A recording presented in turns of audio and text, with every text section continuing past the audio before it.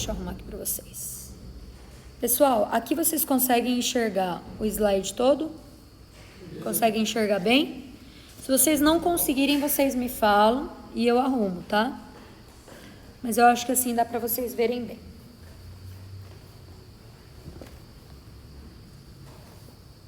Dá pra ver sim, Manu. Legal. É a Má, né?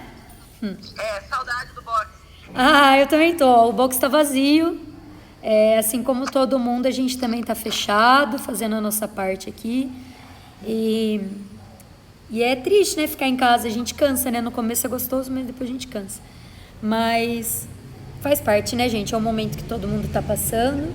Então a gente tem que fazer a nossa parte. Enfim, galera, vamos lá. Hoje você vai matar um pouquinho da sua saudade do CrossFit, Má. Hoje a gente vai começar, então, falando sobre os cuidados com os exercícios resistidos. A gente começa a nossa matéria de hoje colocando uma situação prática que a gente vai abordar lá no final dos slides, tá? Então, qual que é essa situação prática? A Beatriz, ela é recém-matriculada, então ela acabou de entrar na academia. E ela pede para você organizar um treino que junte CrossFit, treino funcional e musculação. Então ela quer essas 3 coisas numa sessão só. E aí eu te pergunto, como que você vai ajudar a Beatriz? Bom, primeira coisa que vocês têm que fazer é entender quais são os objetivos dela. Então, o que a Beatriz quer com esses três tipos de treinamento? Então, ela quer emagrecer, ou ela quer ficar mais forte, ou ela quer ganhar hipertrofia, ou ela só quer bem-estar. O objetivo dela, ele vai ser totalmente associado à maneira como você vai prescrever o treino. Porque, como vocês sabem, a musculação, ela vai ser diferente a prescrição dependendo do objetivo da pessoa. O treinamento funcional, ele também vai ser diferente. E o CrossFit também pode ser diferente dependendo do objetivo da pessoa. Por exemplo, quando eu pego e vou preparar uma equipe de CrossFit para uma competição onde tem uma predominância de força, eles vão agir de uma forma. Se a predominância for, por exemplo, de resistência muscular, que é a característica da competição, eu vou fazer uma prescrição diferente. O treinamento funcional é a mesma coisa. Se ela tem alguma lesão, enfim, vocês vão procurar saber quais são os objetivos dela. Depois, eu vou tentar entender quem é minha cliente. Primeiro dos princípios e o mais importante, o princípio da individualidade. Então, eu tenho que entender quais são as características dela. Ela é uma aluna que tem facilidade de força, dificuldade de cardio, ela tem alguma lesão pré-existente, se ela tem alguma condição de saúde que eu tenho que estar atenta. Enfim, eu vou olhar para essa cliente como um indivíduo único, tá? E aí eu vou entender as modalidades que ela quer. O que eu sei de CrossFit, o que eu sei de treino funcional e o que eu sei de musculação. Puxa, eu me sinto super segura para dar treino funcional e musculação, mas eu não me sinto segura para dar o CrossFit. O que você vai fazer? Você vai conversar com alguém que já tem experiência nessa área e buscar referências, tá? E tentar entender a modalidade. Você nunca vai prescrever ou excluir uma modalidade ou mesmo criticar se você não tiver o conhecimento dela. E por fim, depois que eu tiver todas essas informações, aí eu vou adequar o treino à realidade do meu cliente. Então vamos supor, a Beatriz, ela é totalmente sedentária e ela quer treinar CrossFit, funcional e musculação. Será que eu posso dar 3 vezes por semana de CrossFit, 2 de musculação e uma de funcional, fazer ela treinar 6 vezes por semana? Não posso. Eu tenho que adequar o treino para a realidade da Beatriz, que no caso é sedentária, por exemplo. Então, vocês precisam levar em consideração todos esses fatores aqui, tá? Primeiro, entender os objetivos, entender quem é seu cliente, através, por exemplo, da avaliação física ou da anamnese, entender as modalidades e, por fim, adequar o treino. Se eu não tiver um desses 3, eu não posso adequar o treino, tá? Então, às vezes, o que acontece é que o cliente chega e te procura e muitos profissionais, eles não procuram saber sobre o cliente.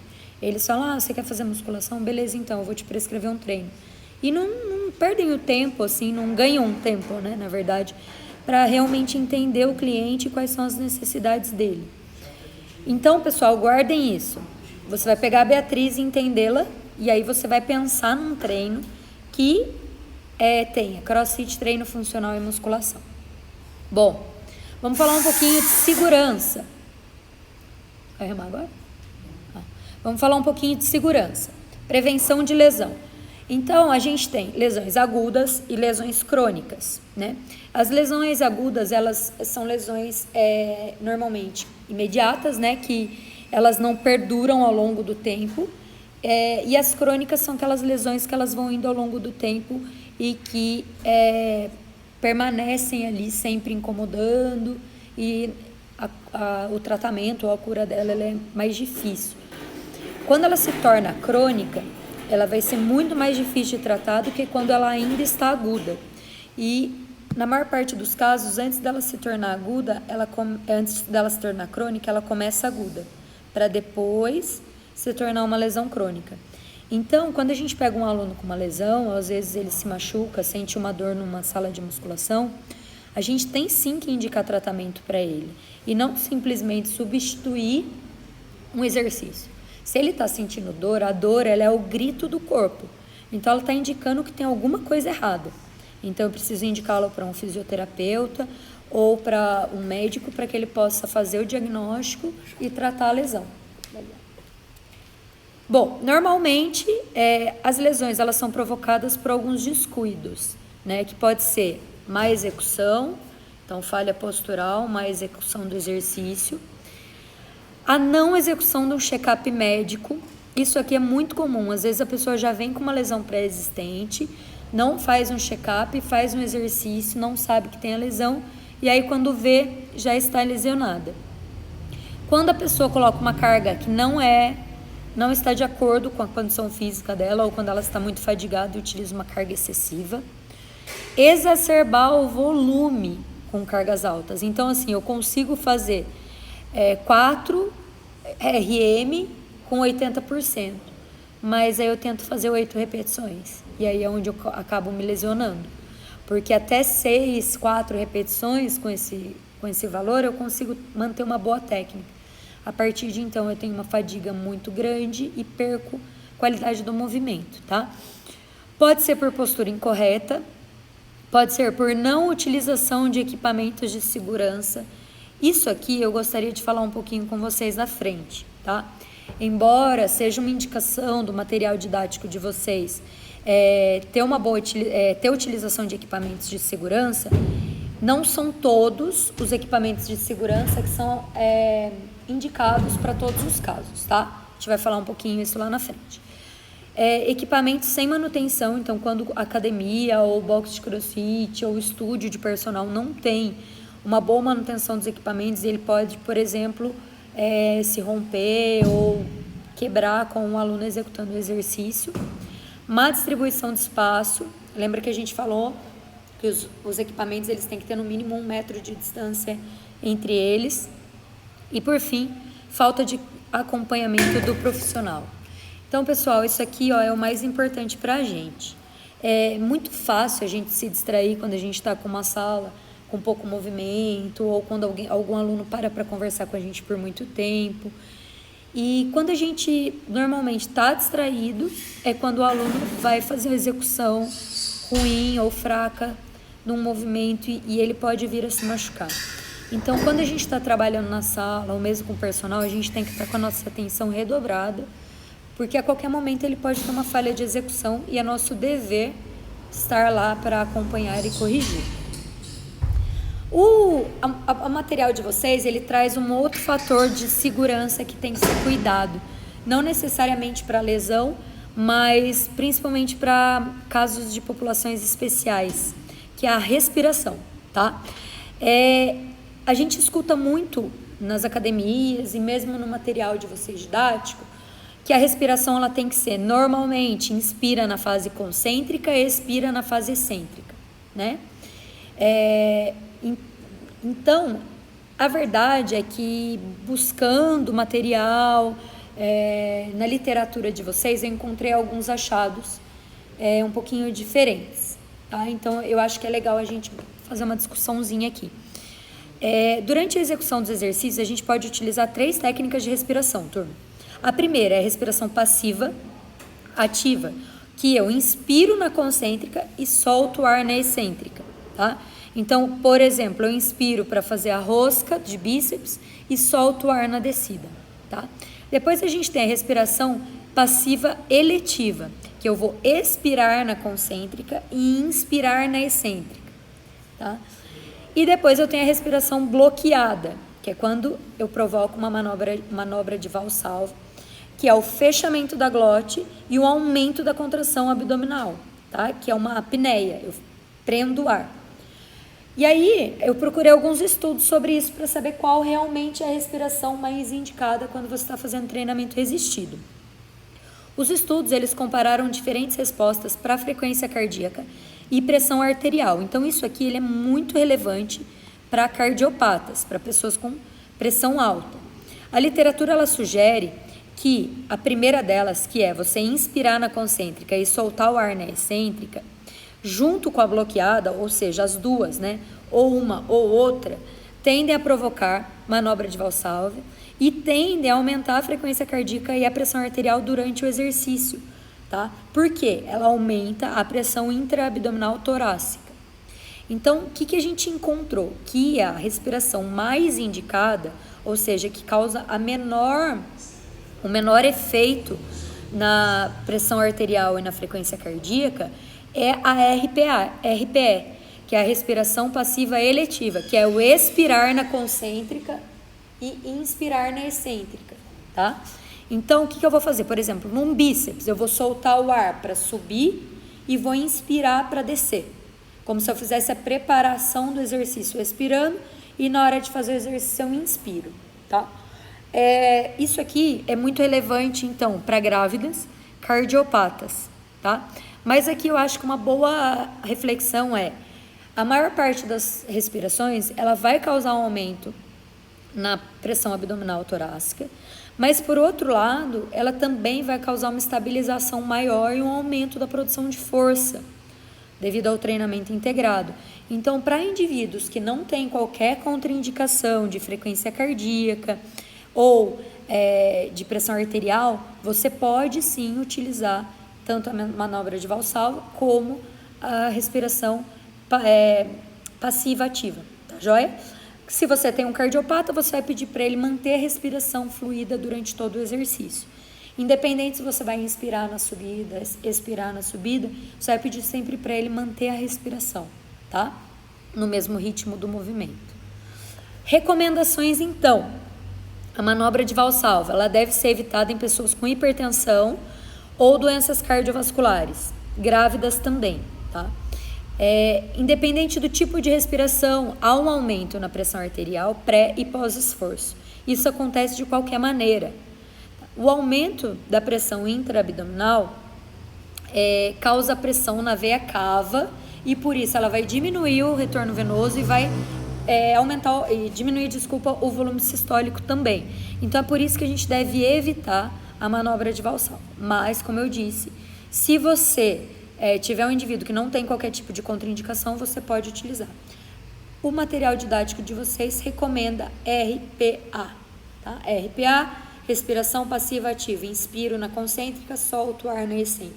É a mais comum e a que a gente mais vê as pessoas indicarem nas salas de musculação. Isso aqui foi sempre quando vocês têm ali um asterisco, significa que não cai na prova, que não tem na apostila. Quais são as nossas responsabilidades quanto profissionais que vão exercer ali a organização da sala e também vai exercer a segurança do nosso aluno?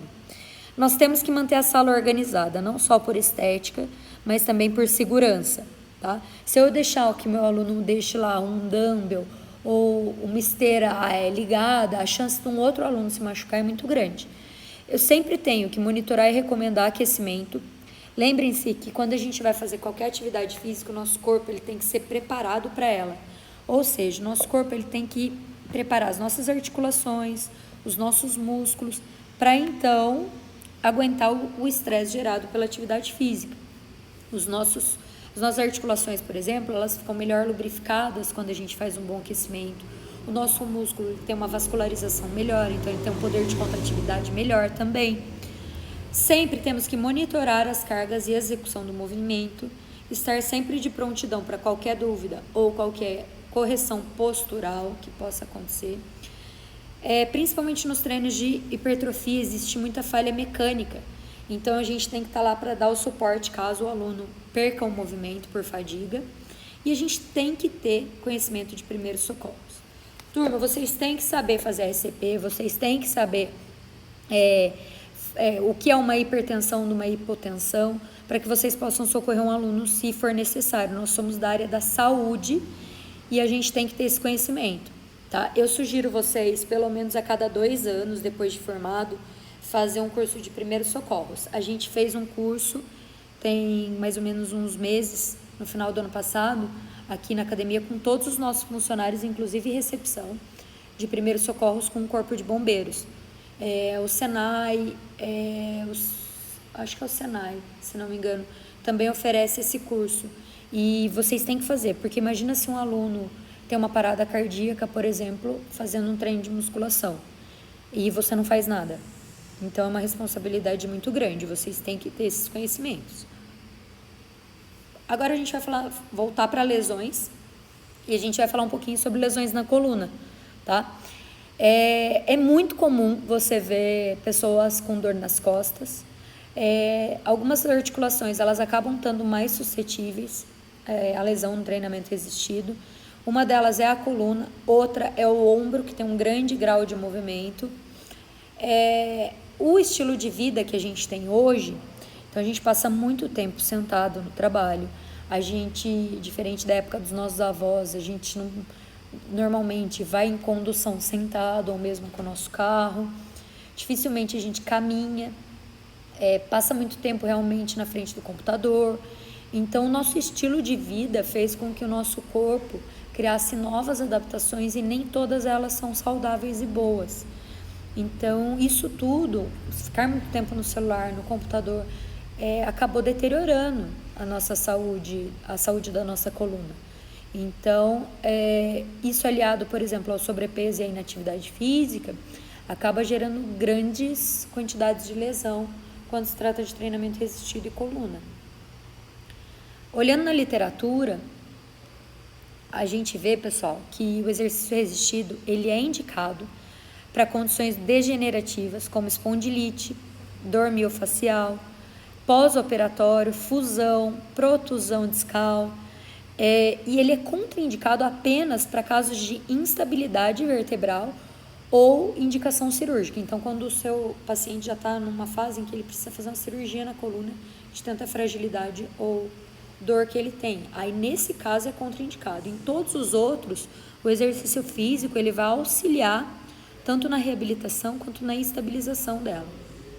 Desordens na coluna hoje, eu não sei se vocês têm ideia disso, mas é o 3º motivo de hospitalização e ele é o 2º maior motivo para aposentadorias por invalidez, tá? A gente tem isso por aquelas pessoas que ficam muito tempo sentadas na frente do computador e tem o oposto disso, que são as pessoas que trabalham com movimentos repetitivos, como por exemplo quem trabalha em fábrica. A reeducação e a correção postural por meio do fortalecimento e do alongamento é muito importante para essas pessoas. Então, a gente vê muito, por exemplo, dentistas que têm uma escoliose funcional devido a desequilíbrios de encurtamento e alongamento, por exemplo, dos músculos que estão ali estabilizando a coluna. Então, eles têm uma postura tão ruim durante tanto tempo que eles não conseguem manter uma postura natural. Então, eles começam a criar uma escoliose devido à postura. Então, a gente consegue sim fazer uma reeducação postural e arrumar isso e minimizar os custos disso no futuro para essa pessoa. Fortalecimento de glúteo e isquios tibiais. Por quê? Porque o glúteo e o isquio, eles estão estabilizando o nosso quadril. O quadril é uma articulação que está extremamente ligada à coluna. Se a gente tem um quadril fraco, se a gente tem uma musculatura fraca do quadril, um quadril instável, a chance da gente desenvolver dores nas costas aumenta muito. O excesso de estabilização nas máquinas, isso é uma coisa que eu gostaria muito de conversar com vocês. Quando a gente fala de musculação, muita gente indica trabalho só nas máquinas. Isso é muito bom, porque as máquinas realmente elas dão ali um suporte de apoio, de postura, que você não precisa se preocupar quanto ao aluno. Mas, por outro lado, elas viciam o aluno a ter uma máquina que faz o trabalho pelo próprio corpo.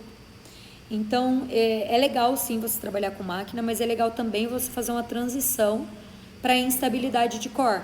Então, você tirar o apoio quando você vê que seu aluno já tem um domínio, pedir para ele fazer, por exemplo, uma cadeira extensora sem o apoio das costas e pedir para ele estabilizar o tronco. Pedir, por exemplo, para ele fazer um puxador ou uma remada sem o apoio do peito no suporte. Tudo isso vai gerando adaptações para que ele consiga ter um core, um centro do corpo mais forte. E senão o que acontece? Ele fica muito forte isoladamente e quando o corpo dele precisa trabalhar simultaneamente, os músculos não têm essa comunicação intermuscular. E aí ele vai levantar um sofá, por exemplo, ele cria ali uma hérnia de presente.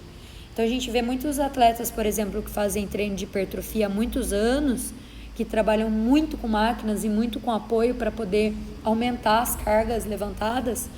E aí esse aluno não trabalha core, e aí ele vai levantar um sofá, fazer uma mudança, ele trava as costas. Ou ele vai pegar o filho dele no chão, ele trava as costas.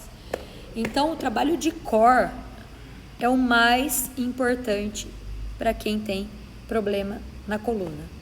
Estabilização de tronco. Trabalhar reto abdominal, oblíquo, mas também transverso abdominal, que vai funcionar como um cinto natural. Glúteo, isquiotibiais, tá? Sem falar na parte de cima da cintura escapular, que também vai fazer uma correção cifótica. Pessoal, dúvidas até aqui? Alguém quer comentar alguma coisa? Quer tirar alguma dúvida? Professor. Pois não. Você falou de transverso. Como é que eu trabalho transverso do abdômen? Porque então, eu sei que é bem difícil. A gente tem assim, o nosso abdominal... Peraí, desculpa, mudei aqui a câmera. O nosso abdominal, Luiz, ele vai funcionar mais ou menos assim, A gente tem aqui o reto abdominal, né, com os quadradinhos dele aqui. Pessoal, vocês vão perceber que o meu talento não é desenho, tá? Então, a gente tem o reto abdominal, a gente tem os oblíquos, que vão fazer o trabalho de estabilização lateral, e o transverso abdominal, ele é assim, ele vai vir internamente. Então, ele vai vir por baixo de toda essa musculatura. Então, ele é uma musculatura profunda. Como que eu vou trabalhar a musculatura profunda? Exercícios isométricos. É a melhor maneira de eu trabalhar transverso abdominal, tá? Pranchas, principalmente. Prancha lateral, prancha frontal, prancha sobe e desce, prancha com deslocamento. Posso fazer também exercícios isométricos sem ser prancha. Por exemplo, um abdominal crunch, um abdominal onde a pessoa está deitada com as pernas a 90 graus, que nem eu mostrei na sala de aula com a Gabi, e fazer trabalho de transverso abdominal aqui, pedindo para ela, por exemplo, descer uma perna depois a outra, sem levantar as costas, tá? O transverso abdominal, ele normalmente vai acontecer com um nível de contração baixo do abdômen. Então, normalmente o abdominal vai contrair ali o reto abdominal até 50% mais ou menos da força máxima dele. Então, para você conseguir ativar o transverso abdominal. Uma forma que eu gosto de indicar para os meus alunos é pedir sempre para eles empurrarem a costela para dentro e para baixo. E fazer força como se eles estivessem pressionando os órgãos viscerais aqui deles. Tá? As vísceras, desculpa, os órgãos internos. Então, você pede para a pessoa sempre fazer força com a costela para dentro e para baixo, sem perder as costas. Tá? Então, pranchas principalmente. Tá, Luiz? Se você pegar, por exemplo, grávidas, o que vai acontecer com a grávida? A grávida, ela vai ter diástase, ela vai ter o afastamento aqui do reto abdominal. E aí ela volta, ela quer fazer abdominal porque ela quer perder barriga. Só que eu não posso trabalhar o reto abdominal sem essa diástase fechar. Então, eu preciso esperar o corpo dela voltar essa diástase para então eu trabalhar o reto abdominal. E como que eu faço para ajudar a voltar essa diástase? Trabalhando transverso abdominal, assoalho pélvico. Então, fazendo esse trabalho de músculos internos, tá? Multifidos. Então, toda essa eretores da coluna, todos esses músculos de estabilização do corpo. Beleza? Eu não vou trabalhar com grávida reto abdominal enquanto ela não tiver com a diástase fechadinha. Então, muita prancha para grávida, tá?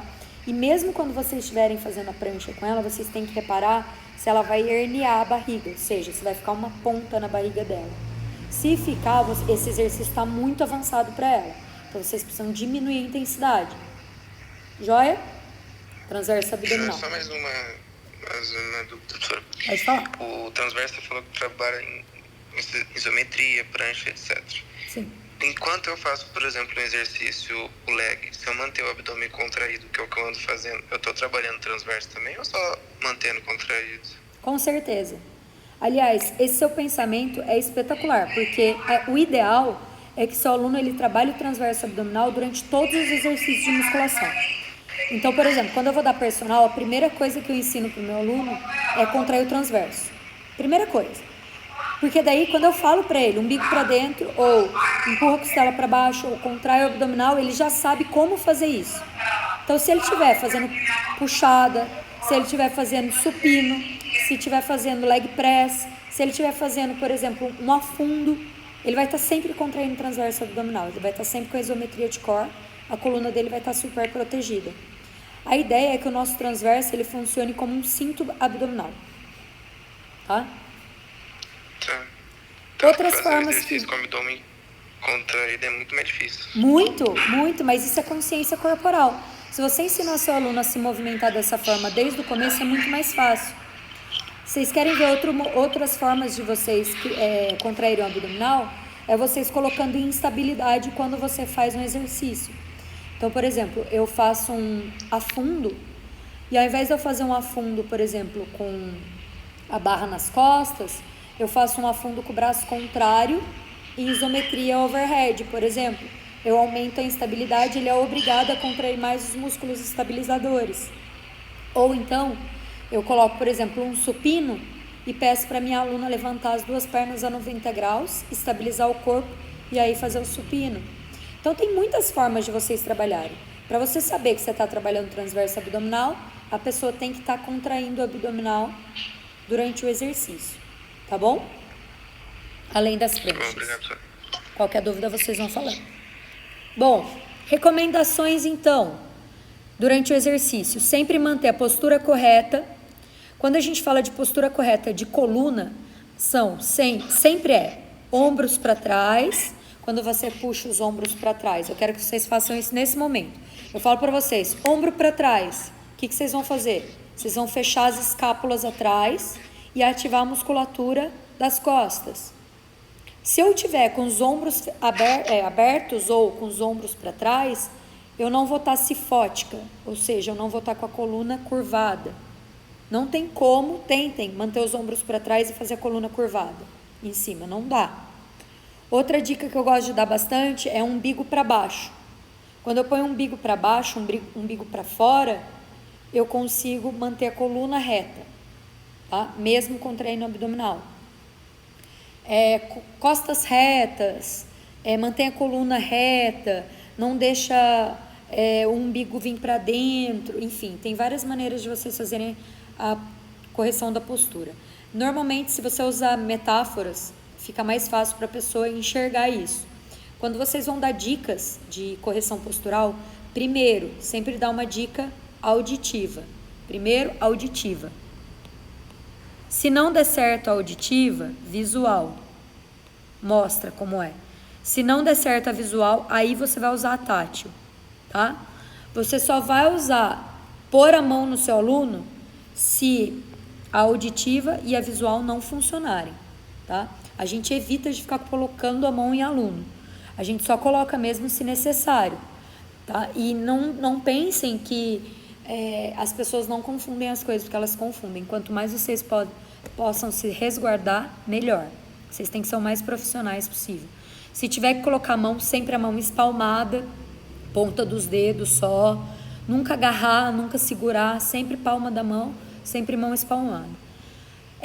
Utilização primeiramente de máquinas, para depois utilizar pesos livres. Então, vocês podem começar nas máquinas, tirar o apoio nas máquinas e aí colocar pesos livres. Ou podem utilizar os exercícios mais complexos na máquina e os exercícios com mais controle, com pesos livres. Equipamentos de segurança. Então, assim, aqui é uma coisa que eu não concordo. Vou dizer para vocês por quê. Eles dizem que é importante você usar equipamentos de segurança. Por exemplo, presilhas, ok. Mas cinturão lombar e faixas compressoras, eu não gosto de usar. Eu não uso, não recomendo. Porque quando você coloca joelheira, munhequeira, coloca cinturão, o seu corpo ele não vai se adaptar àquele movimento de forma natural e não vai acessar a musculatura como deveria. Porque quando você faz a compressão da sua musculatura, você inibe ela. Então, se eu faço uma compressão do meu abdominal, eu vou inibir meu abdominal, eu não vou conseguir contrair ele, porque ele está sendo comprimido, tá? Então, ele vai ter uma tendência a relaxar. E aí, qual é a lógica de eu fazer todos os exercícios com cinto, com o abdominal relaxado, se eu preciso ensinar meu corpo a contrair o abdominal durante o exercício? Então, eu não vejo sentido nisso. Aí você me pergunta, mas e aí, professora? Você recomenda compressão abdominal cinta para grávidas, para pessoas que acabaram de ter filho? Não, eu não recomendo também, porque o músculo dela tem que ser exercitado. Então, tanto o reto abdominal quanto o transverso abdominal tem que ser exercitados. Ela pode utilizar em alguns momentos do dia? Pode, mas o tempo todo ele só vai fazer uma compressão de drenagem, mas ele não vai fazer o que o músculo dela deveria estar fazendo. E aí o que você vê são um grande número de mulheres pós-parto com muita dor na lombar, porque ficou a gravidez inteira sem trabalhar o abdômen e saiu da gravidez com as pessoas dizendo que ela não pode trabalhar a musculatura de estabilização da lombar. E a utilização sempre consciente das cargas. Então, gente, a gente tem sempre que ter uma utilização consciente. Eu perdi qualidade técnica, eu paro. Perdi qualidade técnica, eu diminuo carga. Tá? A gente não vai recomendar para o nosso aluno continuar o movimento a todo custo, de jeito nenhum, porque isso vai ter um custo para ele no futuro. Bom, entendam que essa é uma opinião particular minha, eu já discuti isso com alguns médicos, tem quem defenda, tá? Tem quem defenda o uso das cintas lombares e também das cintas para mulher grávida. Eu sou uma pessoa do time que defende que o seu corpo tem que se adaptar. Então, a não ser que você esteja fazendo uma carga máxima, um RM, ou que você esteja com muita dor, embora eu acho que se você esteja com muita dor, você nem deve treinar, eu não recomendo o uso desses equipamentos, tá? Mas na apostila de vocês está recomendado. Essa é uma coisa para vocês pensarem e tirarem as próprias conclusões. O que vocês acham a respeito disso? Eu queria saber a opinião de vocês. Pode falar. Eu tive os 2 pulsos abertos, né? Aí eu uso geralmente um negocinho pro pulso, eu esqueci o que é. Uma coisa Uma munhequeira, né? Aí você falou isso. Aí você falou também que não recomenda. Eu deveria parar então, porque, por exemplo, quando eu vou fazer, até hoje, já tem acho que uns 2 anos que isso aconteceu, até hoje, se eu vou fazer uma rosca inversa, o meu pulso dói muito, e mesmo com baixa carga. Aí eu não consigo nem tacando técnica no exercício atingir o músculo sem que doa o pulso. Tá, agora eu vou te fazer algumas perguntas. Primeira delas, você acha que é normal você ter uma lesão há 2 anos atrás e continuar com dor hoje? Provavelmente sua lesão ela não foi curada. Ela tá aí ainda. Tá? Então você machucou o seu punho e ele continua machucado, ele continua doendo. A dor ela é um sinal de que alguma coisa está errada. Então a primeira coisa que você deveria fazer é procurar um fisioterapeuta, um médico, para descobrir o que está acontecendo no seu punho, por que ele dói até hoje.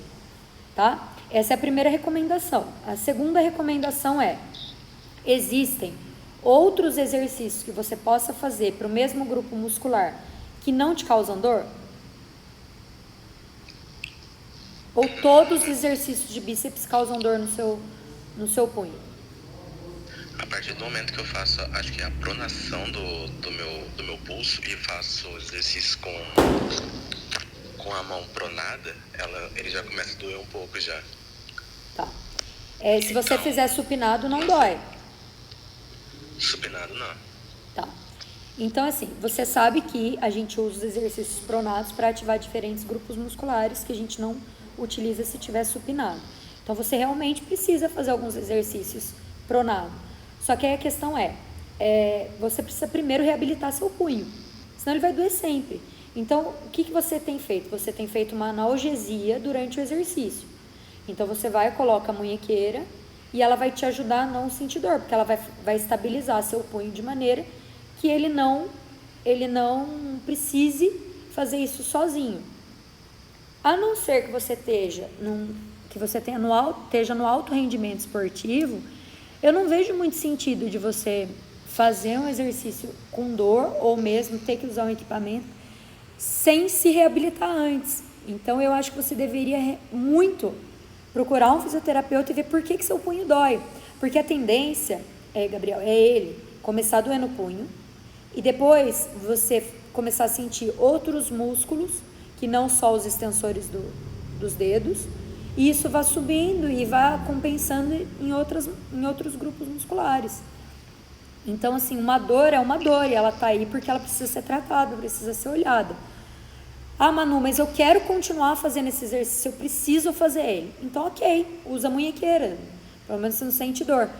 Mas a questão não é porque você não está sentindo dor que essa lesão não existe. Tem que ser olhado para ela, entendeu? Entendi. Eu, no começo, né, quando acabou de dar a lesão, me falaram para ficar um tempo longe de exercícios, né? Até porque tava doendo muito. Aí eu parei por um tempinho, umas semanas. Aí eu voltei pra academia, foram me dizendo pra eu usar um estabilizador de pulso também, só que pra fora dos exercícios, né? Aí eu fiquei durante uns meses com ele. Aí depois, quando eu voltei, mesmo assim não tinha voltado ao normal, aí eu acabei não passando no médico, daí acho que foi isso que aconteceu. Não sei se tem, digamos assim, uma cura, assim, não sei se o que eu fiz no meu pulso e o tempo que eu fiquei sem fazer, mas vou tentar ver o que dá pra fazer. Se você quiser, eu tenho um fisioterapeuta para te indicar depois, que vai dar uma olhada no seu punho e vai te dizer... Ele não vai poder fazer um diagnóstico sem exame, mas ele pode te dizer, por exemplo, quais exercícios você pode fazer para voltar a ter uma ativação muscular sem dor. Entendi, tá bom, então. Às vezes você faz alguns tipos de soltura de outros músculos que estão ligados com ele, um fortalecimento dele, tem várias formas de você fazer, que não precisa ser a rosca, e aí ele pode te indicar um tratamento. Depois, se você quiser, eu te passo um contato. Tá bom? Obrigado. Fala, Má. Manu, aproveitando esse gancho, por exemplo, quando chega um aluno novo e ele começa a fazer front squat, Sim. E o pulso dele começa a doer também, porque ele não está habituado a segurar o peso, né, com a mão virada. Sim. Como que a gente faz para ele não sentir tanta dor? Tem algum outro exercício extra? Má, o que a gente tem visto é que essa dor no punho, ela tem a ver com falta de mobilidade de punho. Então, não existe, assim, eu não encontrei até hoje nenhum estudo que diz o porquê que as pessoas sentem dor no punho nos exercícios de front squat, thruster. Mas a gente tem percebido que quanto mais mobilidade ele ganha de punho, menos incômodo ele sente, tá? Então, a gente passa bastante exercício de mobilidade antes do front. Então, exercício de lubrificação articular e de mobilidade aqui dos flexores dos dedos. E aí a gente usa a munhequeira numa fase inicial para ele ter ganho de flexibilidade sem incômodo na articulação. Porque é só um movimento de estabilização, né? O front squat, ele não é um movimento em que você vai ter movimento do punho durante a execução. Então a gente usa, a gente fala para eles que eles podem utilizar, que diminui o incômodo, mas eu não gosto. Se você vê eu treinando assim, eu não utilizo nenhum equipamento, mas eu só uso mesmo no pistol, porque pistol é um exercício que é lesivo e que cai, então eu acabo usando. Mas de maneira geral eu não recomendo, cara. Eu prefiro fazer no pelo mesmo. Tá bom. Mais alguém quer fazer alguma pergunta sobre equipamentos? Não? Agora eu vou fazer uma pergunta para vocês. Se eu tenho uma pessoa que compete bodybuilding, ou seja, a pessoa ela tá numa fase pré-competitiva, ela tem hérnia, e vocês sabem que hérnia, mesmo que a pessoa tenha um core forte, ela tem algumas fases em que ela tem crises, né? E a pessoa tá com uma crise na pré-competição e ele é um atleta, ele vive pelo rendimento. Nesse caso, vocês acham que ele pode usar o cinto para treinar antes da competição?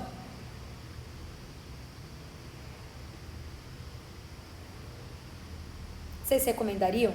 Se vocês fossem personal, por exemplo, da Dora, e a Dora tivesse com dor nas costas, ela tivesse uma competição, na semana seguinte ela precisasse muito treinar, mas ela tá realmente com uma dor nas costas ali, e o cinto alivia essa dor e faz o papel do músculo dela na hora de agachar. O que vocês acham?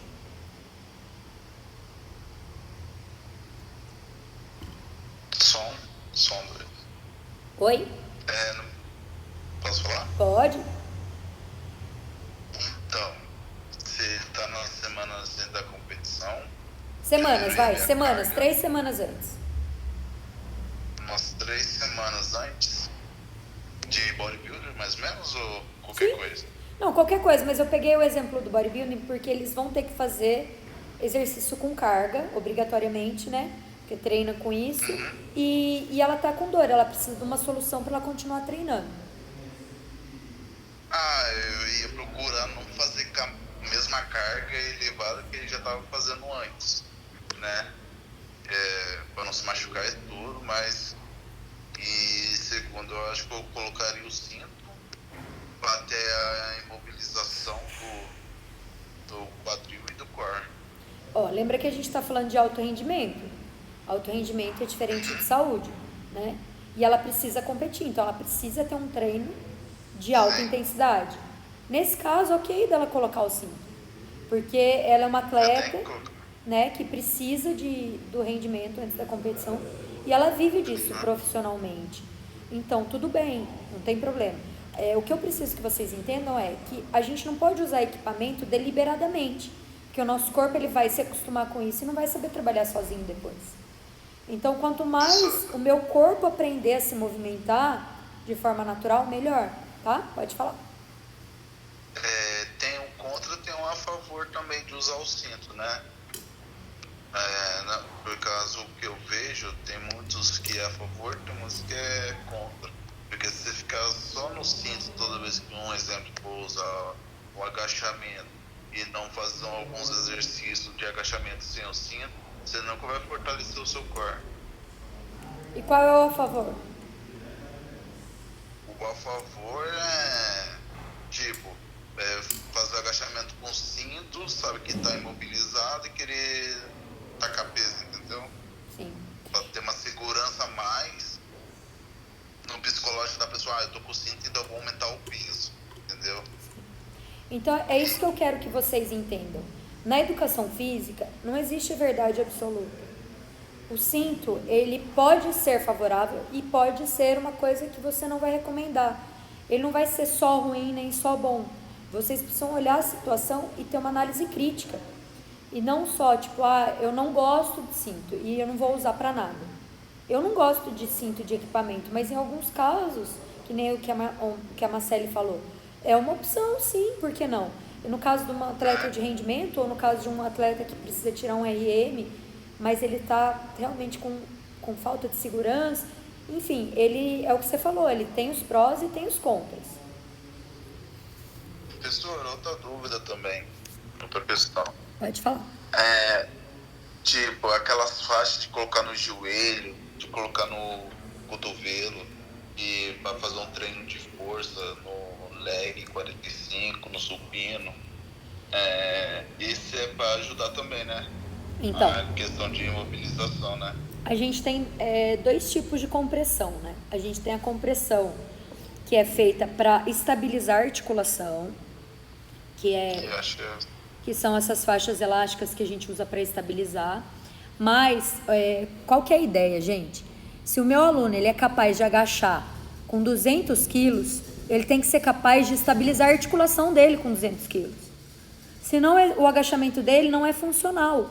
Não é um agachamento que é bom para ele. Ele só é forte, mais nada. E aí quando ele precisar fazer um exercício com um pouquinho de instabilidade, aí ele vai se machucar. Então a gente tem que ter a certeza que o nosso aluno ele é forte, sim, mas que ele também tem um corpo saudável para aguentar aquela carga de treino, tá? Então existem essas faixas que fazem isso e você pode utilizar quando você for fazer carga máxima, assim como o cinto. É a mesma função do cinto, tá? E a gente tem também a oclusão. A oclusão é diferente. O que é a oclusão? É como se fosse uma gangrena. Então eu vou fazer uma oclusão de vascularização daquela musculatura.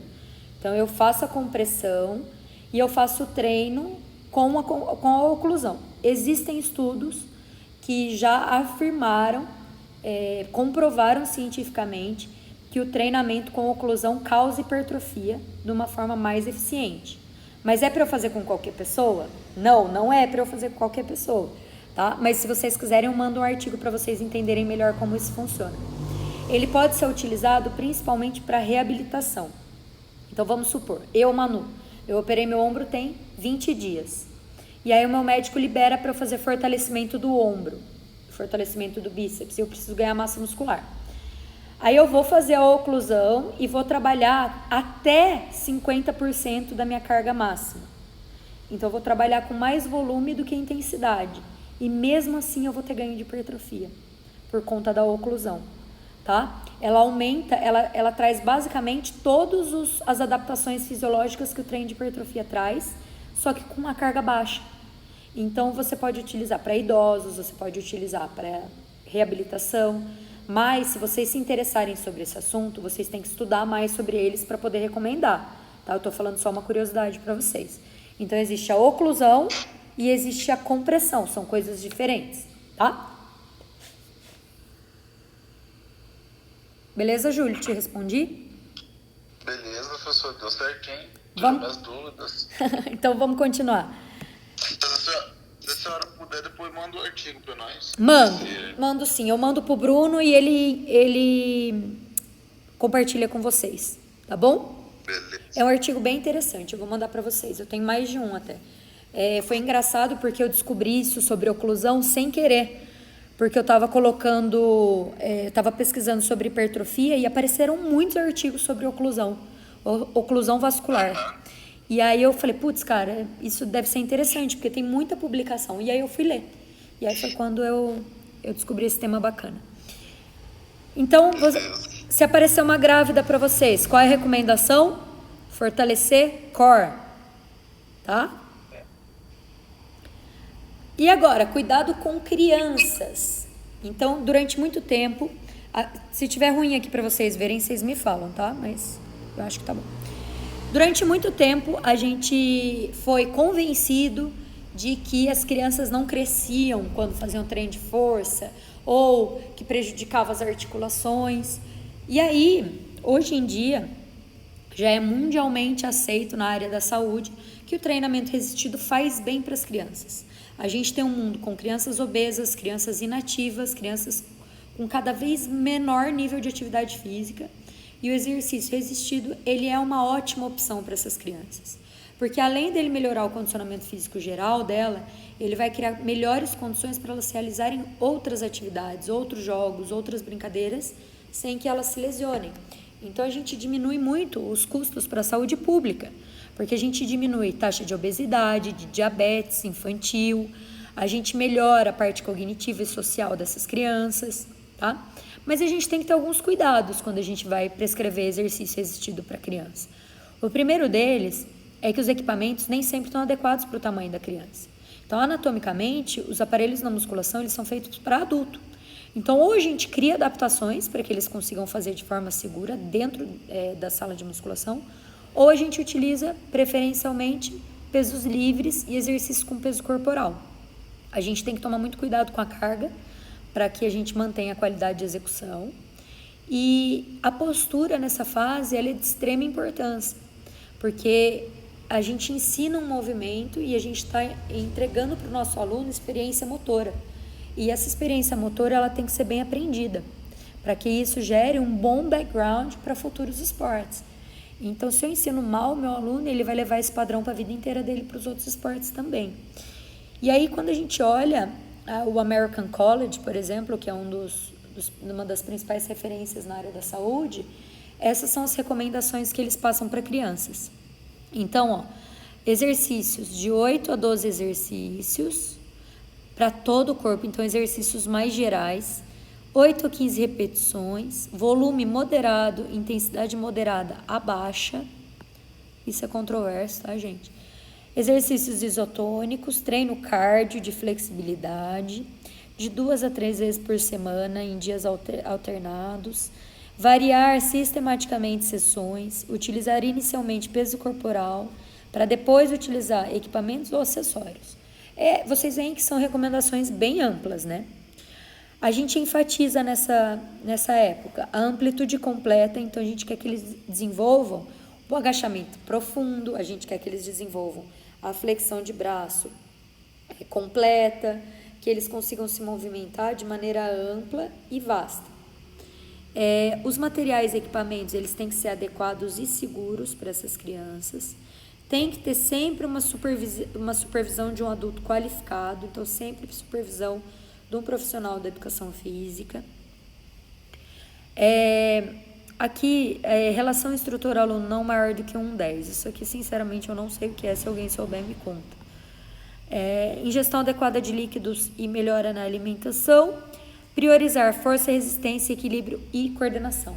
Lembra que para criança, trabalhar força não necessariamente eu preciso pôr carga, tá? Se eu trabalhar peso corporal, eu estou trabalhando força também. Evitar uma intensidade de volume muito elevada. Evitar caráter competitivo de powerlifting e bodybuilding, mas pode trabalhar powerlifting e bodybuilding, mas não em caráter competitivo. Evitar, óbvio, esteroides anabolizantes e substâncias ilícitas, isso é para qualquer pessoa. Lembra que suplementação, ela só serve para suprir o que você não consegue ingerir por meio dos alimentos. Então, a suplementação, ela só é adequada, ela só é indicada se realmente for necessário. E fazer com que seja o mais lúdico possível. Tá? Então, fazer com que ela seja o mais lúdica possível. Mitos, que treinamento resistido provoca lesões. Outro mito, que atrapalha estruturas antropométricas, melhora, sim, o cardiorrespiratório e a flexibilidade. O treinamento rigoroso pode prejudicar a saúde, sim, nessa idade. Então, os programas adequados à maturidade física e emocional são seguros e promovem melhorias nas habilidades motoras, no bem-estar psicossocial e também na resistência a lesões. Esses são os mitos e verdades, depois vocês leem com calma. Mais cuidados com o treinamento resistido. Higiene, nem precisa falar, né, gente? Mas precisa. Local propício, né, porque está sempre úmido, as pessoas encostam suadas. Só um minutinho, pessoal, por favor. Ô, Alex, você pode dar uma ligadinha para minha avó, por favor, que ela está ligando aqui no meu celular. Obrigada. Desculpa, tá, gente? Então, utilizar sempre toalha para evitar o contato direto da cabeça com o aparelho e mesmo do corpo com o aparelho. Utilizar sempre álcool gel, não compartilhar objetos pessoais e trocar roupa úmida o mais rápido possível depois que você termina o exercício. Essas são condutas de higiene básicas. Bom, quando a gente fala, por exemplo, de coronavírus, né, a gente está com uma situação de pandemia mundial e as academias estão fechadas. Vamos falar um pouquinho sobre isso. As academias, elas estão fechadas justamente por ser um local propício para contaminação, justamente por ter aglomeração em espaços muito pequenos entre as pessoas, porque elas colocam a mão e não higienizam. Enfim, é um local propício para contaminação, né, e para que mais pessoas contraiam a doença. Então, quando a gente fala do cenário atual, a gente pensa assim, os equipamentos, eles são um risco de transmissão para o corona? O que vocês acham? Se sim, de que forma que a gente poderia atenuar isso? Então, por exemplo, eu tenho uma academia fechada, é minha situação. Realmente, os equipamentos, eles são um risco, porque as pessoas higienizavam, mas elas tinham que pôr a mão no equipamento para colocar eles no lugar. E aí, como que funciona isso? De que forma que eu posso atenuar isso? Por exemplo, eu quero abrir, eu vou lá na prefeitura e falo, olha, eu tenho as condições para abrir e não fazer com que as pessoas fiquem em risco. Então, eu tenho que educar os meus alunos a fazer higienização sempre dos equipamentos, tá? Para não acontecer transmissão. Outra coisa que eu teria que fazer, por exemplo, aqui na minha academia, eu teria que colocar áreas específicas para que cada aluno estivesse com uma distância segura, um kit de higiene em cada área, para que eles pudessem utilizar aqui, guardar o material deles, higienizar o material deles e deixar disponível para a próxima pessoa que fosse utilizar. No caso da musculação, dá para fazer isso? Dá também. Eu tenho um aparelho aqui, eu vou colocar um álcool gel do lado do aparelho com toalhas descartáveis, por exemplo, para a pessoa pegar e limpar o aparelho assim que ela terminar. Então, é possível, sim, que os equipamentos não sejam um fator de risco, mas eles são um fator de risco hoje, da maneira como a gente utiliza, tá? Outras, quais as regras de isolamento e convívio que poderiam ser aplicadas?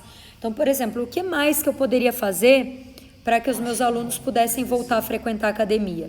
Eu poderia, por exemplo, fazer uma média de qual é a metragem que eu preciso por pessoa. Então, por exemplo, eu tenho um box com 100 metros quadrados. Então, eu tenho condições de atender 10 alunos. Então, cada turma vai ter 10 alunos. Tá? Cada turma vai ter 10 alunos por vez. E a minha aula, ao invés de ter 1 hora, vai ter 30 minutos. Tá? Por que 30 minutos? Porque eu preciso de tempo para que essa pessoa saia e a outra turma higienize e a outra turma entre, sem que eles tenham que se cruzar para evitar aglomeração. Eu posso fazer com que a aula acabe e os alunos não possam ficar aqui dentro do box. Então, com 30 minutos de aula, eu consigo ter tempo para esse meu aluno tomar banho e ir para o trabalho dele sem cruzar com a próxima turma, por exemplo. Então, assim, você tem que criar regras a partir de agora e responsabilidade para que isso não se prolifere, porque realmente a academia ela é um cenário de proliferação do vírus. Então, provavelmente a gente vai ser, assim como as escolas, os últimos a abrir. Então, a gente tem que olhar para isso e pensar de que forma que a gente pode contribuir. E ao invés de a gente ficar revoltado porque a gente está fechado, a gente tem que criar soluções para quando a gente for abrir novamente. Tá? Então, dentro do cenário atual, a nossa profissão está no risco grande, mas existem, sim, alternativas para a gente continuar trabalhando. Então, agora eu tenho uma proposta prática para vocês. A gente olhou lá para a Beatriz, lá no começo, né? A Beatriz era recém-matriculada, queria treinar 5 dias na semana, crossfit, funcional e musculação, e o objetivo dela era qualidade de vida, tá? Então, eu vou analisar aqui. Quais são os tipos de treino que ela quer? Então, ela quer qualidade de vida. O crossfit, ele é um treino que ele é funcional, de alta intensidade e variado. O treinamento funcional, ele é um treino que você pode adequar para suas atividades diárias e também para o objetivo da pessoa. Eu posso fazer um treino funcional de hipertrofia, por exemplo.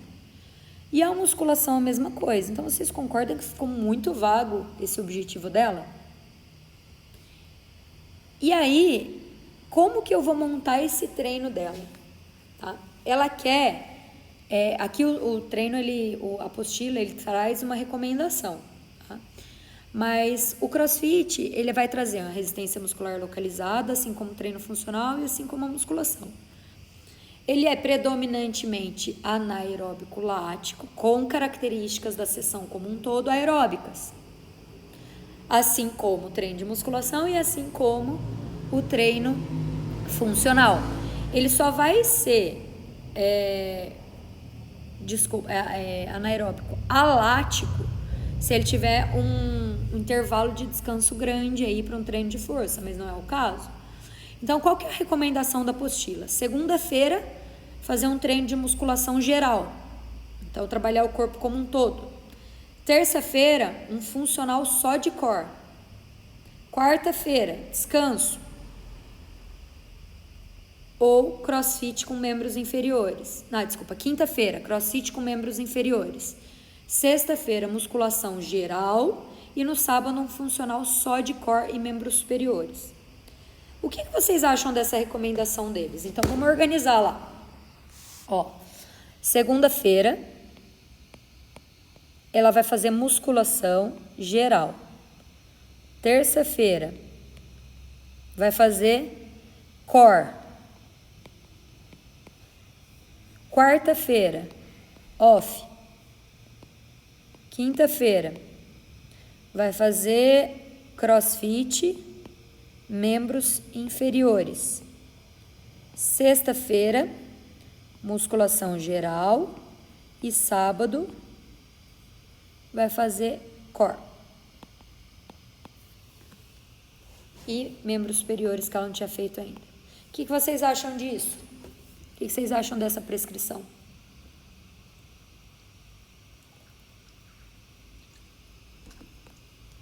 É uma prescrição bem completa, não é? Então, ela faz segunda-feira o corpo todo. Terça-feira, ela faz só core. Quarta-feira, ela descansa. Quinta-feira, ela faz CrossFit perna.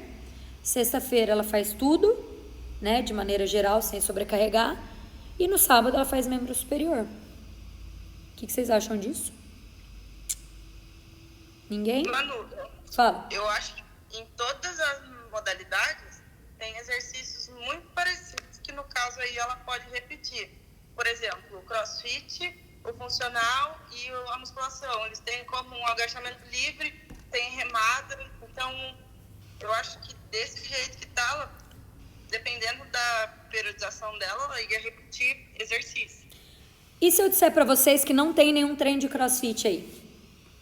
É, porque ela vai fazer só de membros inferiores. Vai fazer agachamento, levantamento terra, stiff, coisa que ela vai fazer na musculação também.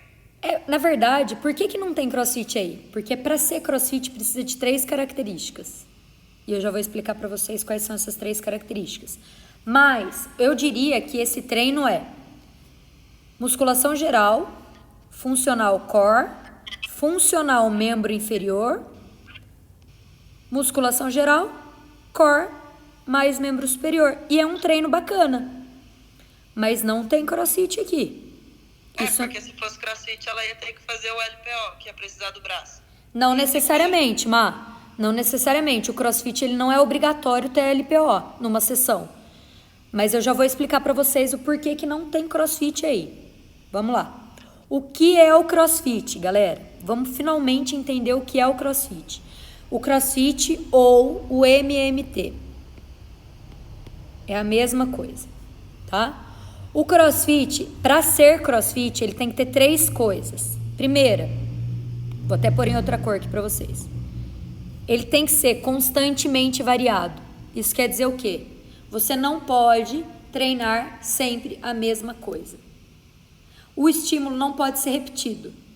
O objetivo do CrossFit é trabalhar o nosso corpo de forma global.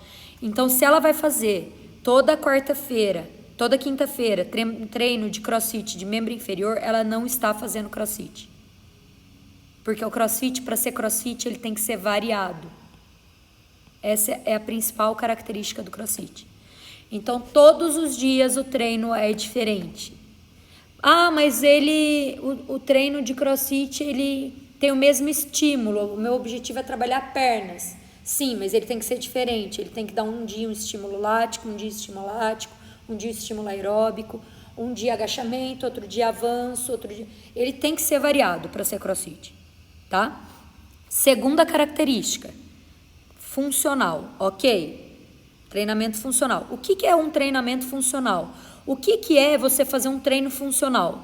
É você fazer um treino que você pega os movimentos naturais do seu corpo e tem uma transferência para o dia a dia. Então, por exemplo, os movimentos de CrossFit, eles se baseiam em agachar, se deslocar, saltar, empurrar, puxar, se levantar, enfim. São movimentos que você faz todos os dias no seu dia a dia. E é por isso que o CrossFit ele é adaptável para qualquer pessoa.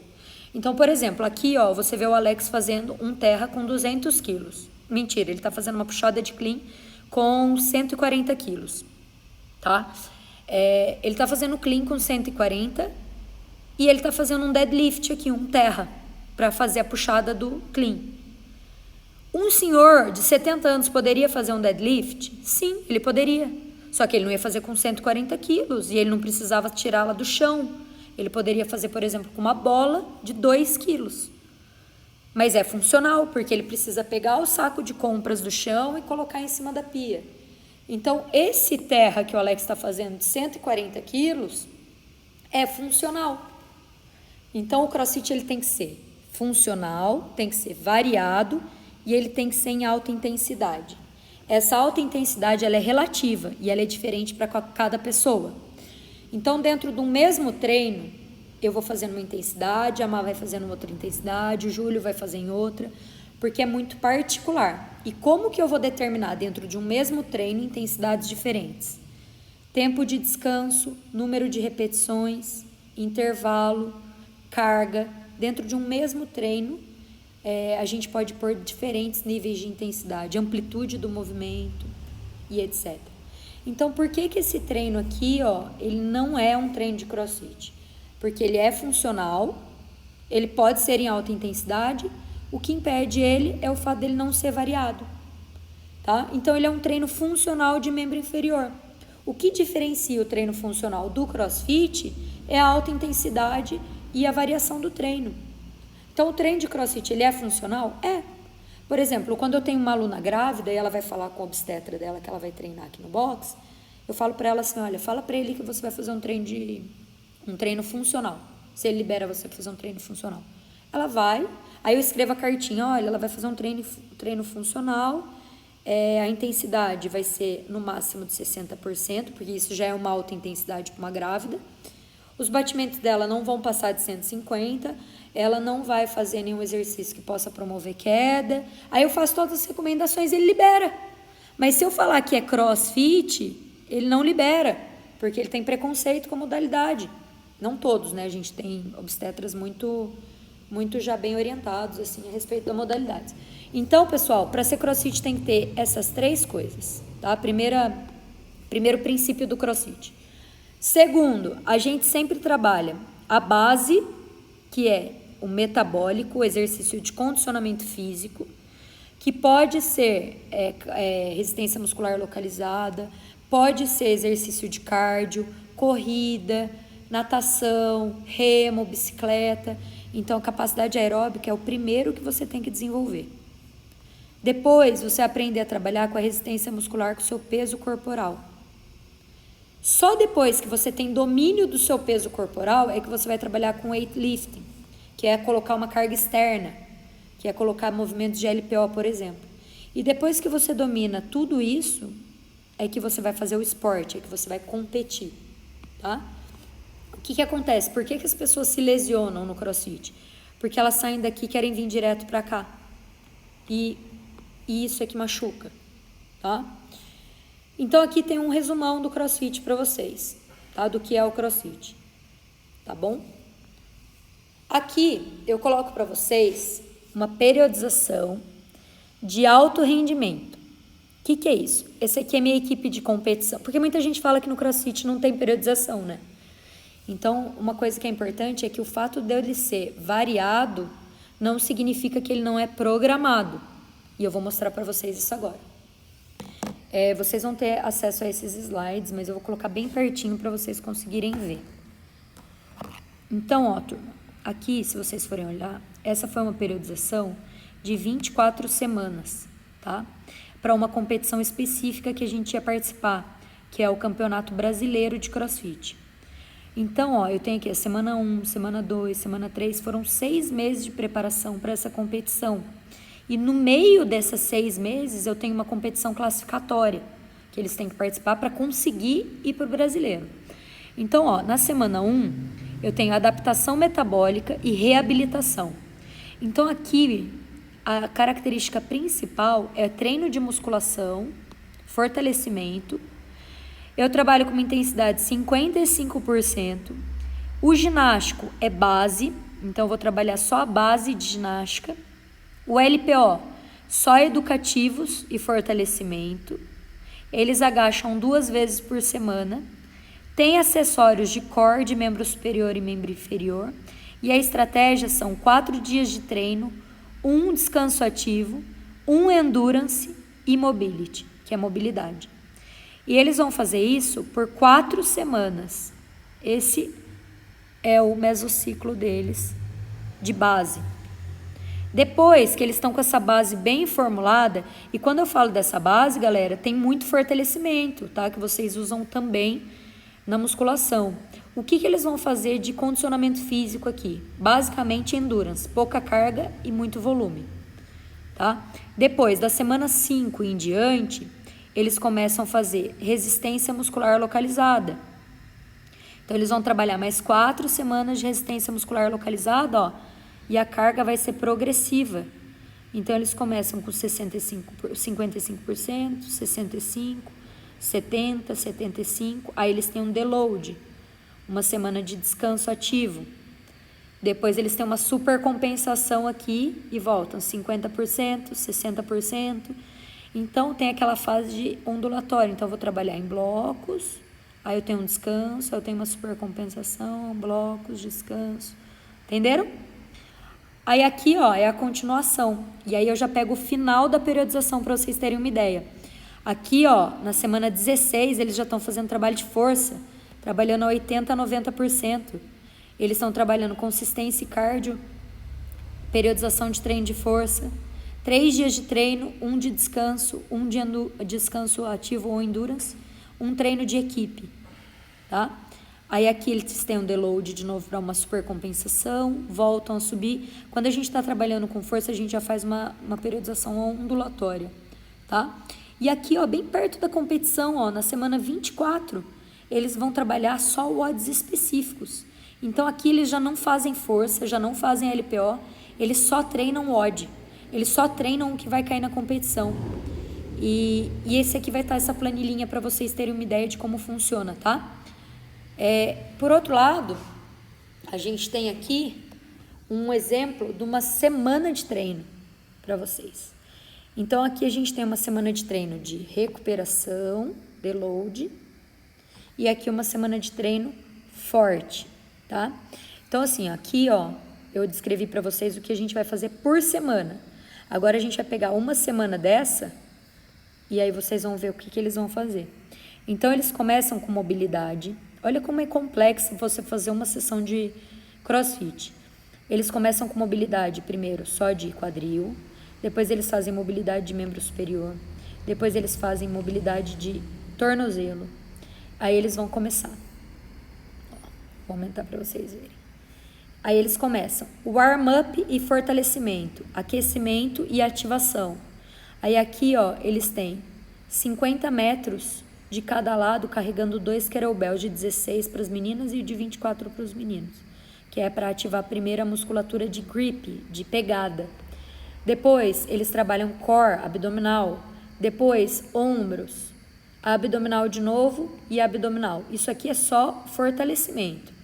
Aí eles vêm para o treino de LPO, treinamento de força. Aqui, ó, eles estão fazendo back squat, que é o agachamento, 6 séries. Então, aqui é um treino de força. 3 repetições com 80%, 3 repetições com 80%, 2 repetições com 90% e 1 repetição com 95 quilos. 3, 3, 2, 2, 1. O descanso aqui é de mais ou menos 2 minutos entre as séries. Fez o agachamento, eles vão começar um aquecimento específico para fazer snatch, tá? Arranco. Aí eles têm aqui 7 séries de 3, 3, 2, 2, 1, 1, 1. Começa com 70% e vai até 95% da carga máxima deles. A gente tem atletas aqui que fazem o snatch com 115 quilos, tá? Aí depois aqui, ó, a gente finaliza, né, o trabalho de LPO e aí vem o trabalho do WOD. O que seria o WOD? É o trabalho de condicionamento metabólico. Então, a cada 45 segundos, eles tinham que fazer 40 cordas duplas, 8 a 12 barras e 6 clean and jerks, que é tirar a barra do chão, levar para o ombro, do ombro para cima da cabeça, tá? Eles tinham que fazer isso a cada 45 segundos, 4 séries, tá? É um treino bem curtinho que eles têm que fazer, mas cansa bastante. Aí eles descansam 4 minutos e eles vão fazer 3 rounds, 3 séries, saindo do hack de 1 push press, que é um exercício para cima da cabeça, tipo um desenvolvimento, mais 3 cleans, pull, que o objetivo disso aqui era preparar eles para competição, para melhorar a pegada deles na barra. Então esse aqui, ó, é um treino, por exemplo, de alta intensidade. E aqui a gente já tem um treino com um volume muito menor, porque é um treino de semana de descanso. Então eles têm na mesma ativação, ó, se vocês forem ver a mesma ativação que eles teriam no treino de força, o back squat, que é o agachamento deles, já passa para 5 repetições, a carga chega no máximo a 65%, o snatch são 5 repetições também no máximo 60%, e o WOD deles, eles fazem a cada 2 minutos, 12 calorias mais 5 sandbags. Então aqui já são WODs que também já são mais leves, o que vai fazer é só fazer uma manutenção do condicionamento físico deles. Então depois vocês olham com calma essas sessões de treino, para vocês entenderem um pouco sobre o CrossFit, sobre como a gente periodiza para os treinos, né, de alta intensidade. Agora, a gente está falando aqui de alto rendimento, mas e se eu pegar uma turma de pessoas normais, de pessoas comuns que querem só saúde? Como que eu vou fazer esse treino de CrossFit para eles? Aí eu deixei para vocês 4 exemplos de aula de CrossFit que a gente está fazendo com o objetivo de saúde em casa. Então, como que a gente adapta um treino de CrossFit para uma pessoa fazer em casa? Eu deixei aqui para vocês 4 exemplos. Então, aqui a gente tem um exemplo de treino. Aqui a gente tem um exemplo de 15 minutos de técnica de levantamento de peso olímpico. Eu sugiro que vocês façam em casa. A gente faz com cabo de vassoura só. Faz certinho os exercícios conforme está lá no YouTube. Depois a gente tem aqui um outro workout e, por último, um outro workout que tem como foco técnica de exercícios ginásticos. O CrossFit, pessoal, ele é a junção de 3 coisas. Ele é a junção de aeróbico.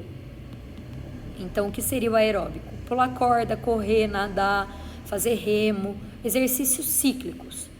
Mais ginástica. Então, eles pegam o exercício da ginástica artística.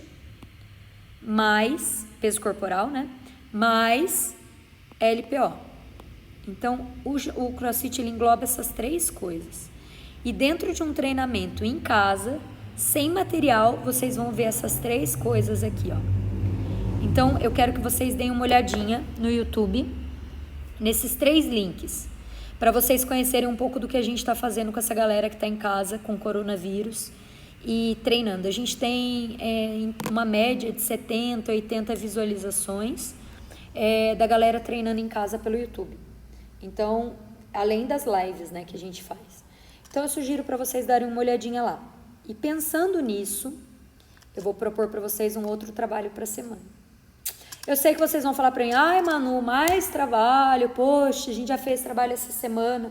Mas isso é uma forma de eu manter vocês ligados na matéria. Então, não se preocupem que cada trabalho vai valer uma porcentagem. E se vocês perderem um deles, ok, mas tentem fazer, porque isso é uma forma de eu estimular vocês a estudar. Então, como que vai funcionar esse trabalho? Vou explicar para vocês. Para a próxima semana, então vocês têm um trabalho para me entregar até amanhã, e depois, de quinta até quarta-feira que vem, vocês vão me entregar esse aqui. Como você faria um treino de 5 vezes por semana que englobasse treino funcional e musculação? Então, qual que é a diferença dos dois? O treino funcional, ele tem que ter dinâmica, ele tem que ser bem dinâmico, ele tem que ser transferível para o seu dia a dia e ele tem que ser um treino que otimize seu tempo. E o treino de musculação, ele é um treino de fortalecimento. Então, de que forma você pode juntar as duas coisas? Eu quero que vocês criem um treino que junte as duas coisas, tá? Eu preciso fazer 5 treinos diferentes? Não. A pessoa vai treinar 5 vezes por semana. Você vai escolher se ela vai fazer um treino por dia. Você vai escolher se ela vai fazer 2 treinos A e B. se ela vai fazer A, B e C, se ela vai fazer A, B, C e D. Você que vai escolher, só que ela vai ter que treinar 5 dias na semana na academia, tá? O que tem que ter nesse treino? Aquecimento, exercício resistido e alongamento no final. Vocês têm que colocar de 6 a 10 exercícios. A aula tem que ter de 40 minutos a 1 hora e tem que ter um dia de descanso. Esse dia de descanso pode ser domingo, esse dia de descanso pode ser no meio da semana, ou esse dia de descanso pode ser no meio da semana mais domingo, mas ele tem que ter pelo menos um dia de descanso.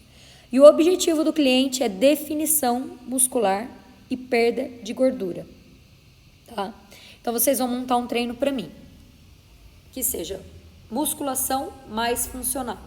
Eu posso fazer um treino de musculação funcional? Pode, mas lembra que a característica da musculação é fortalecer e a do treino funcional é variar e ser dinâmico, criativo. O treino funcional, ele deve englobar core, então ele tem que ter abdominal junto, tá? Então eu tenho que colocar componentes de abdominal. Quando forem fazer o treino, lembrem-se, princípios do treinamento, sempre do mais complexo para o mais simples.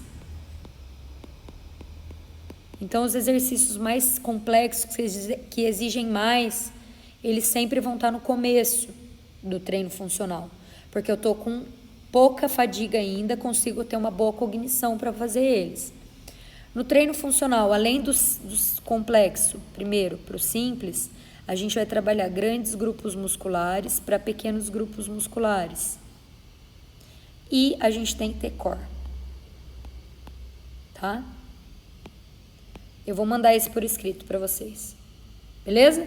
Semana que vem vocês têm que me entregar. Eu mandei um modelo de ficha para a Gabi. Acho que foi para a Gabi. Não tenho certeza. Com como vocês podem fazer a fichinha. Mas vocês podem fazer do jeito que vocês quiserem. Se quiser fazer escrito por escrito segunda-feira, terça-feira, tal, vocês podem.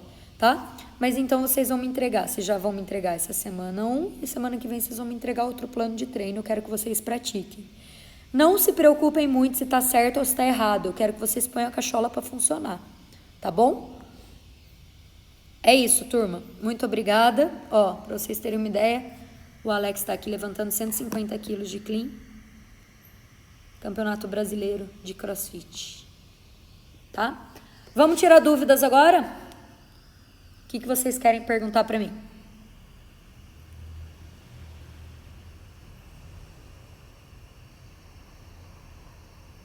Nada? Manu, Diga, Má. Eu, entre aspas, né? Tenho uma aluna que ela tem 13 anos e ela pesa 90 quilos. Ela é bem grande, ela é bem alta, e a gente faz testes de carga com ela. Só que ela consegue puxar bastante peso, assim. Mas é tudo testado. Sim. Só que eu acho que assim, é muito peso para a idade dela. Isso não atrapalha? Então, o que é muito peso? Aí é que tá. Você lembra que cada indivíduo é único? Então, por exemplo, eu sou uma pessoa que eu não tenho característica de força. A minha predisposição não é de fibras de força. A minha predisposição não é de ser uma pessoa forte. Eu sou uma pessoa mais resistente do que forte. Então, o que acontece? Para mim, levantar 45 quilos, por exemplo, sei lá, de snatch, é pesado. Para a minha colega de treino, que tem uma característica predominantemente de força, 45 quilos não é nada. Então, pelo que você está me dizendo, a sua aluna, mesmo que seja criança, mesmo que seja 13 anos, ela é muito forte. Então, essa carga está sobrecarregando ela? Ela consegue manter o padrão técnico? Ela consegue manter a segurança? Se ela conseguir, não é pesado para ela. Entendi. Entendeu, Má? Você tem que olhar para aquele indivíduo, você não pode padronizar as coisas. Para ela, não é, mas de repente para mim, para você é. Então, o que é pesado? O pesado, ele é referente à pessoa, o quanto ela pode suportar e o quanto ela é capaz de mobilizar de peso e de movimento com qualidade, tá? A mesma coisa, por exemplo, eu falar assim, nossa, eu faço 5 quilômetros muito devagar. Eu faço 5 quilômetros em 29 minutos, eu acho horrível. Aí você vai falar assim, poxa, Manu, eu faço em 32. Entende? A referência é sempre a pessoa e o que ela é capaz de fazer. Tá bom? É que ela faz, tipo, que eu lembro, assim, né? Ela faz uma remada sentada com 70 quilos. Ela é muito forte. Ela é muito forte. Ela é muito forte, que bom pra ela. Vou mandar ela aqui pro Só que a CrossFit. gente fica meio preocupado porque ela é obesa, né, tadinha? Mas ela tá se dedicando pra emagrecer. Mas o treino de força vai auxiliá-la a perder peso. Desde que ela mantenha uma alimentação correta e conivente com o objetivo dela. Tá? Quando vocês forem pensar em fazer um planejamento de treino de musculação mais funcional, pensem em fazer ou um treino de fortalecimento mais voltado para o funcional, ou pensem em fazer um treino de fortalecimento na primeira fase, então tipo os primeiros exercícios só fortalecimento e os outros exercícios só funcional, por exemplo, ou começar com funcional, que é mais complexo, que exige mais a nível cognitivo, e finaliza o treino dela com exercícios acessórios de fortalecimento. Tá bom? Essas são as sugestões que eu dou para vocês. A boa notícia é que semana que vem a gente começa a aula tirando as dúvidas. Então, se você não conseguiu fazer o treino, não tem problema, a gente discute junto e faz junto no começo da aula que vem. Mas tentem, tá? Porque muitos de vocês vão estar estagiando daqui a 6 meses, ou alguns já até estão estagiando. Então, vocês precisam colocar em prática outras abordagens, outros tipos de conhecimento que não aquele que vocês estão habituados na academia. Tá joia?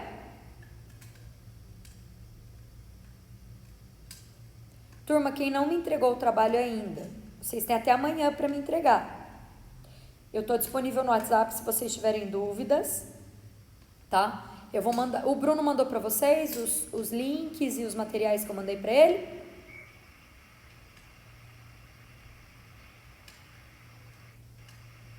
Não, ainda não. Tá. Faz assim, ó. Tem mais alguém, além do Bruno, para ele também não ficar sobrecarregado, tem mais alguém que possa ficar responsável por passar esses materiais? O material que você mandou pra mim, eu já encaminhei tudo no grupo. Ah, já? Então tá bom. Não, é só para não te sobrecarregar também. Você mandou pra mim no e-mail, já encaminhei pra ele já. Tá. Aqueles artigos que eu te mandei no WhatsApp também? Também, encaminhei todos Legal. pra ele. Então tá jóia. Então, Bruno, eu vou te mandar a descrição do trabalho, que é para entregar na próxima aula. Você encaminha para eles, para mim. E qualquer dúvida que vocês tenham, galera, eu tô à disposição, tá bom? Eu não vejo a hora de colocar em prática tudo isso com vocês na sala de musculação. Professor, Diga. é uma dúvida, mas não que você tenha citado hoje. Pode falar? Uhum. Você pode me explicar o que é hiperplasia? Hiperplasia é um aumento do número de células. Hipertrofia é um aumento do tamanho de células. Então, você pode ter um aumento muscular por hiperplasia ou hipertrofia. A hipertrofia, você vai pegar as mesmas células musculares e vão aumentar de tamanho. E a hiperplasia, você vai aumentar o número delas. Tá? E a hipoplasia e a hipotonia é a mesma coisa. Você diminui o tamanho e diminui a quantidade. Então, hiperplasia e angiogênese é quase a mesma coisa? Sim, só que trava-língua. Ela é um aumento dos vasos sanguíneos, da quantidade de vasos sanguíneos. Por isso que é uma hiperplasia, porque aumenta o número de vasos sanguíneos. Entendeu? Entendi. Ó, outra coisa importante, pessoal. Quando a gente fala de obesos, por exemplo, o que acontece com uma pessoa que engorda e emagrece? É mais fácil você ter uma diminuição no tamanho da célula do que na quantidade de células. Mas quando aumenta o número de células, aumenta mais rápido o número de células também. Então vamos pensar, você é magrinho, Aí você vai e engorda 10 quilos. Quando você engorda 10 quilos, você aumenta o tamanho das suas células de gordura e aumenta também o número delas. Só que quando você emagrece, você diminui só o tamanho delas. Leva muito mais tempo para diminuir o número de células de gordura. Por isso que a pessoa engorda mais fácil quando ela já foi gordinha ou quando ela já foi obesa. Porque aquelas células, elas estão ali só esperando para aumentar de tamanho de novo. O difícil é você aumentar o número. Só que depois para diminuir também é difícil. Então, leva um tempo para você engordar. Você não engorda do dia para a noite, certo? Só que depois que você já tem essas células de gordura ali, a chance de você voltar a engordar é maior. Por isso que para o obeso é mais desafiante ele manter o peso depois que ele emagrece do que ele propriamente emagrecer, tá? Isso é hiperplasia. Eu aumento o número de células de gordura e também hipertrofio elas, aumento o tamanho delas. Só que na hora que ele emagrece eu só diminuo o tamanho, eu não diminuo o número. Então é mais fácil ter hipertrofia de novo, entendeu? Entendi, professor. Obrigado. Imagina. Mais dúvidas? Mais curiosidades? Mais coisas sobre treino? A gente tem ainda 2 minutos aí antes de dar o horário de vocês.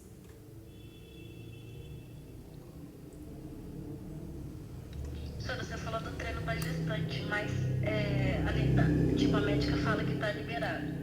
Mas ainda tem muita gestante, tipo, igual é o meu caso também, que passa muito mal, enjoo direto, então... Você tá gestante Treino, caso. ou você foi gestante? Quantas Não, semanas estou. você tá? Hoje fez 14. Então a gente vai fazer um estudo de caso sobre você, nesse momento. Galera, quando der 9 horas, quem quiser sair pode sair, tá? Mas eu vou aproveitar esse ótimo exemplo da Scarlett e já vou falar um pouquinho, até para ela ter uma orientação. O que acontece, galera?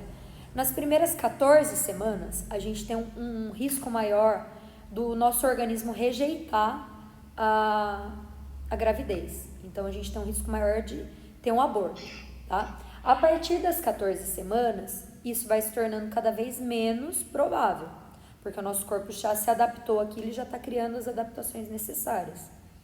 Então, o que acontece? Você descobriu que está grávida, você é sedentária. Qual que é a indicação? Atividade física leve. Nada de começar crossfit, nada de começar aulas de ginástica, se você é sedentária. Se você já é treinada, se você já vem de um programa de atividade física de pelo menos 3 meses, que é a média que a gente leva para se adaptar, você pode continuar com o seu treino numa intensidade um pouco mais baixa até completar as 14 semanas. Tá? Então, por exemplo, vamos supor, Scarlett, que eu hoje engravido e eu treino crossfit alto rendimento. O que eu vou fazer? Eu vou continuar treinando crossfit, porque isso não é um estresse para o meu corpo. O meu corpo já está acostumado com aquele estresse do crossfit. Só que numa intensidade, ao invés de 80%, de 60%. Mas eu posso fazer tudo o que eu fazia. Eu posso fazer virar de ponta cabeça, eu posso pular corda, eu posso fazer LPO, só que respeitando a intensidade do meu corpo. Porque a atividade física, ela funciona como um remédio. Se você dá muito, ela envenena. Se você dá pouco, ela não faz nada. Se você dá a dose certa, você vai sempre ser mais saudável. Vai sempre melhorar. Então, até 14 semanas, a recomendação é você dar uma segurada mesmo. E como que você vai medir isso, Scarlett?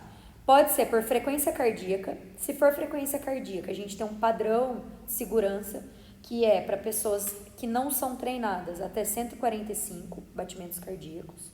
E para pessoas treinadas pode chegar até 165, 170, tá? Ou a sua percepção de esforço, que para mim é a mais importante. Como você está se sentindo?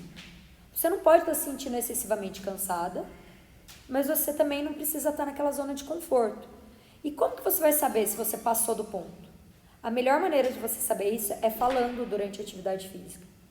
Quando você fala durante a atividade física, se você tiver uma interrupção da sua fala, significa que você está com déficit de oxigênio.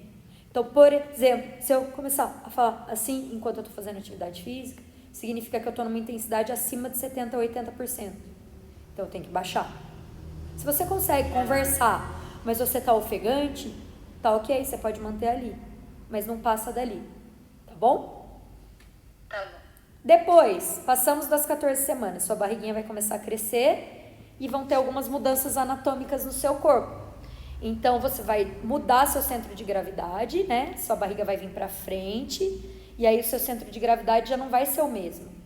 Então, você tem que ter muito cuidado com queda, porque você vai ter um pouco de desequilíbrio.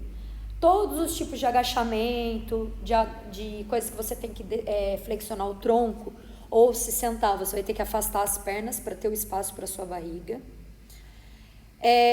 Você vai evitar exercícios que subam muito a sua frequência cardíaca. E se subir, você tem que esperar ela baixar para você voltar a retomar o exercício. E por último, a partir do momento em que sua barriga começar a crescer muito, você vai evitar movimentos deitada.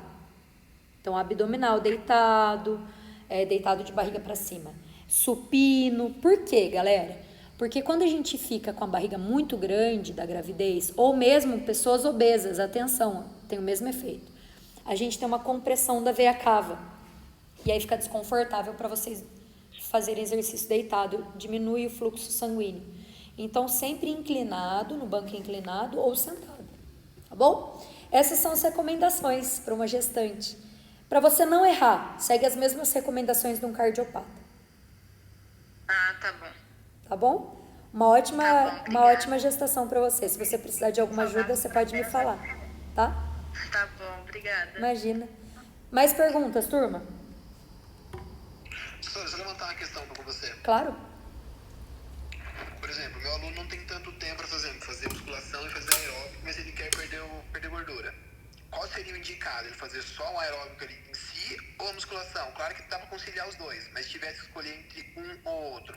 Numa fase inicial, se ele tivesse muito obeso,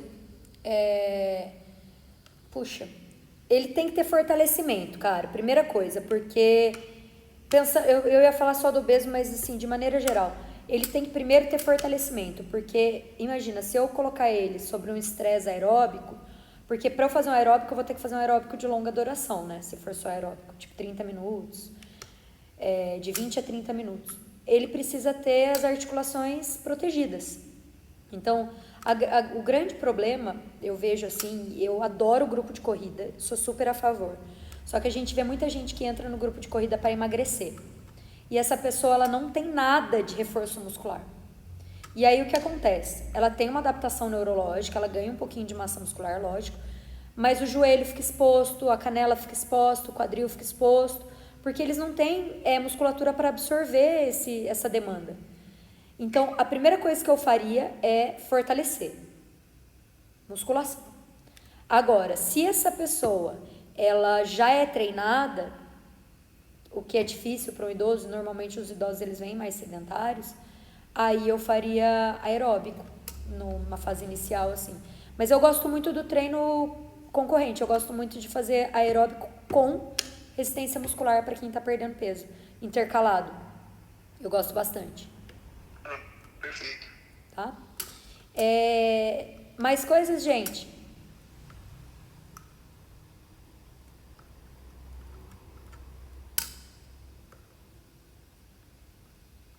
Não?